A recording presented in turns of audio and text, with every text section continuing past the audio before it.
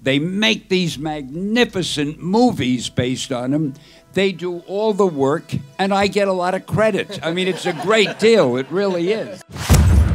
Hi everybody, it's me, Daniele, your friendly neighborhood Italian guy. I just want to share with you the amazing Spider-Man 2 Rise of Electro press conference. Please enjoy it and please go out and watch the movie. Twip! I think Mark started us off in a really kind of great place. I think we now all feel ownership over this new chapter that we are embarking upon, whereas in the first installment we had to establish ourselves, but now we have the freedom to own the character and explore and expand the character and expand the relationships. And we have these guys, which is a huge deal to be sat up here with these two actors and this lovely young woman. So that's a huge step for us in this franchise, I think. This movie was highly, highly emotional. Anecdotes from on set. Well, Jamie Foxx is pretty funny. That was pretty fantastic, and Dane DeHaan is pretty brilliant. So that was really exciting, and then just to kind of join up again with Andrew and with Mark, and with Tolmac and Avi Arad, and it was amazing to all be back together again, and telling the next chapter of this story. I've never had an opportunity to do anything like that. So there were lots of anecdotes. It's always fun to swing. I like to swing. And it was just a completely different experience because we were in New York the entire time. So there was a lot of, we were in the streets a lot, and shooting outside in New York is a very, very interesting time. There's lots of people that come out that are very excited to see Spider-Man. So you really feel the city in a way that I don't think we completely got to on the first one, being mostly here at Sony. So yeah, there were lots of cool things that happened. Andrew played basketball with some kids in his Spider-Man costume. That was pretty great. That was a great moment. He, in his costume, walked over to a basketball court, and I think there are pictures online of that and video. But he played basketball as Spider-Man with these kids, and because you could do things like that, because you're in New York City and you're really interacting with the kids who directly can relate to Peter Parker, who are young kids growing up in that city and that life, and it was pretty incredible to watch. She was actually throwing a party, a birthday party, Spider-Man themed birthday party.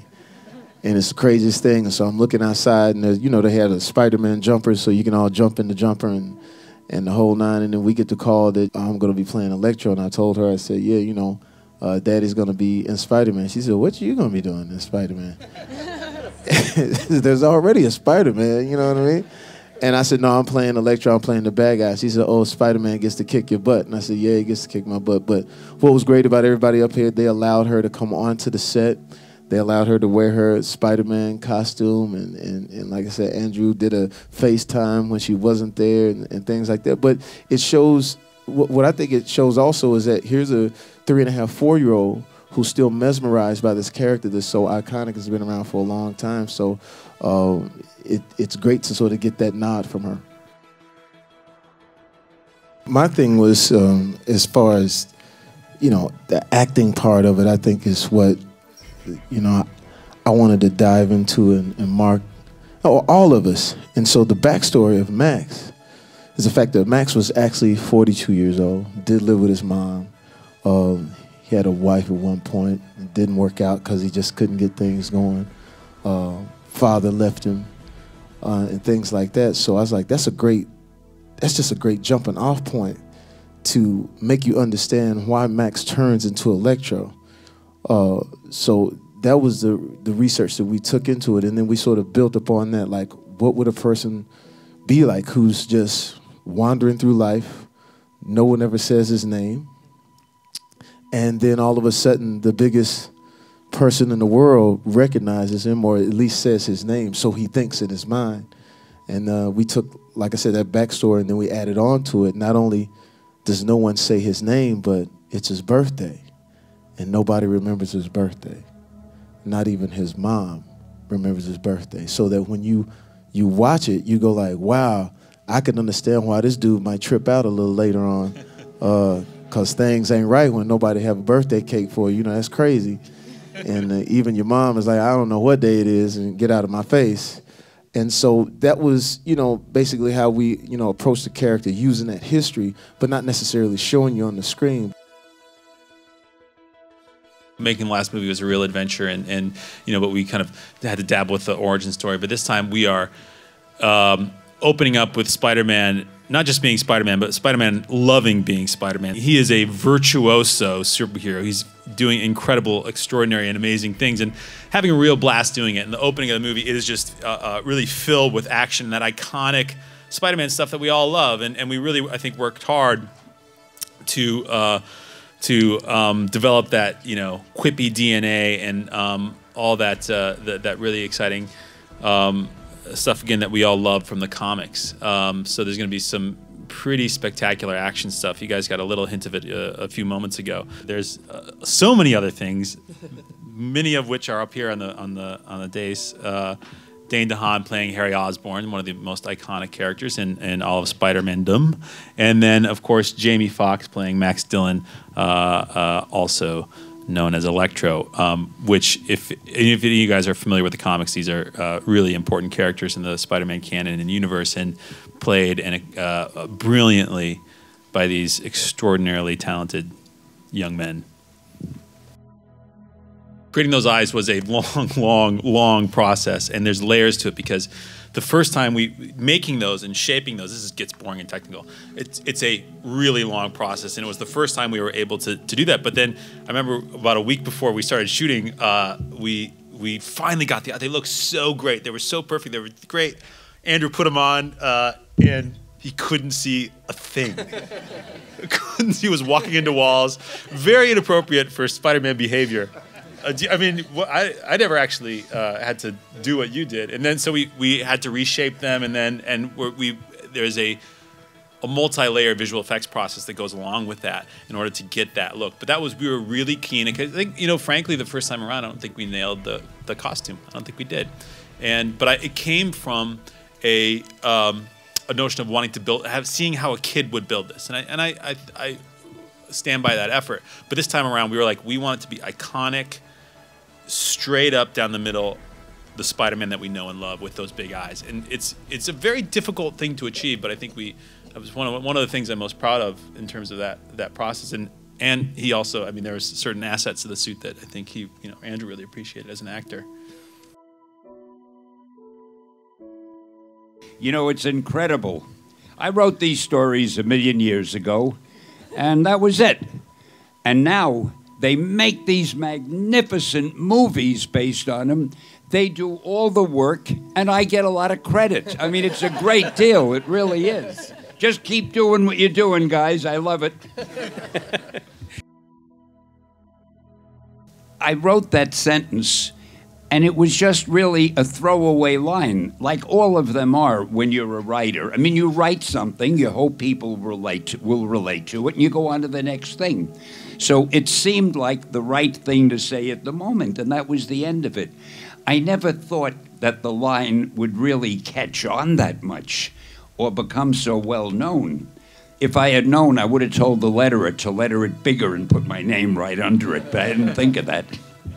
As far as what it means to me, I never realized I was so philosophical until I read the line over and over again, and people keep talking about it. And now I realize I'm much more profound than I ever thought I was.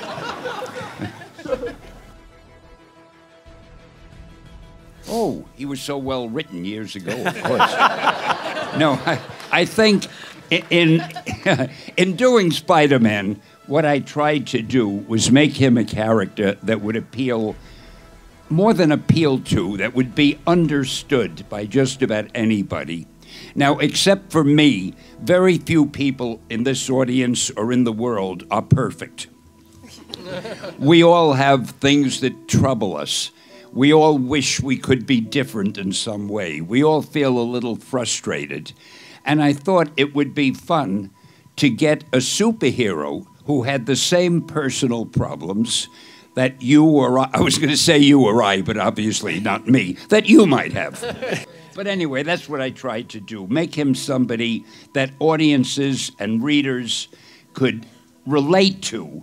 I wanted him to be empathetic, just to show you what a great vocabulary I have.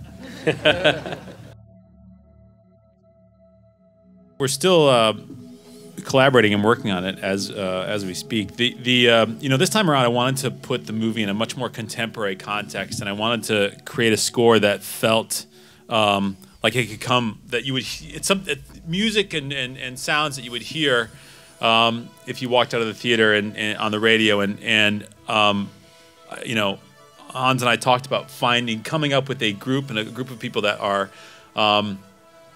have you know, all the talents in that neighborhood, and Hans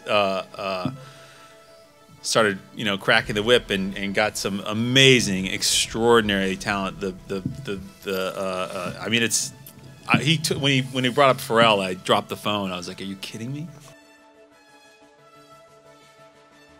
I can tell you an anecdote about how Pharrell inspired Spider-Man, though. When I was talking to Andrew, I was like, "Dude, I think Pharrell's going to help us out with the score." He's like, he like froze. He was like, "Are you kidding me?" And what he said was, in the first movie, Andrew's a very big student of movement. He said he would watch Pharrell's videos and study how he moved to incorporate that into his character, because he's got such swag, he's got such flow. It's really, and if you watch, you're not aware of it, maybe, no. But it is. No, it is. Yeah, so not only musically, but physically, Pharrell has influenced the Spider-Man movies, and you could ask Andrew about that. You know what it is I love about being Spider-Man?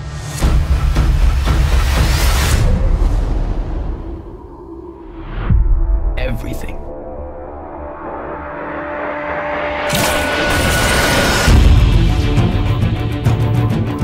Peter Parker, Harry Osborn. It's been 10 years. What have you been up to? I do some web design.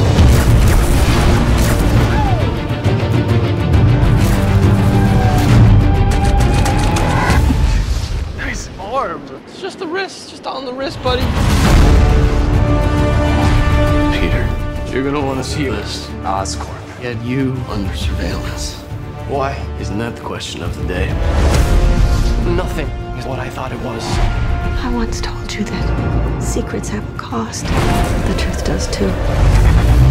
My name is Richard Parker. I have discovered what Oscorp was going to use my research for.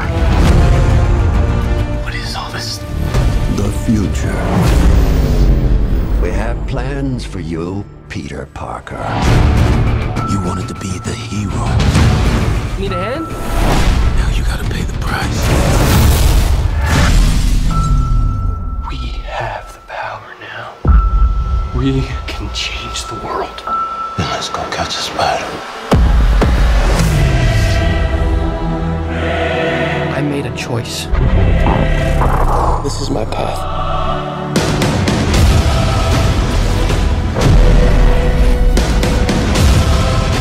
This is bigger than you, Peter. I'm the only one who can stop them.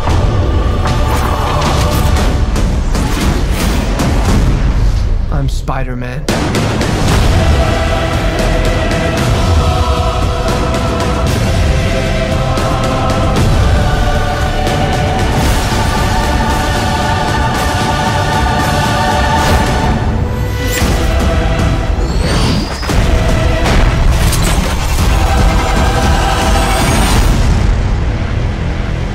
I gotta go. I'm coming with you. Come on, it's too dangerous. Sorry, I love you. Don't hate me. Peter!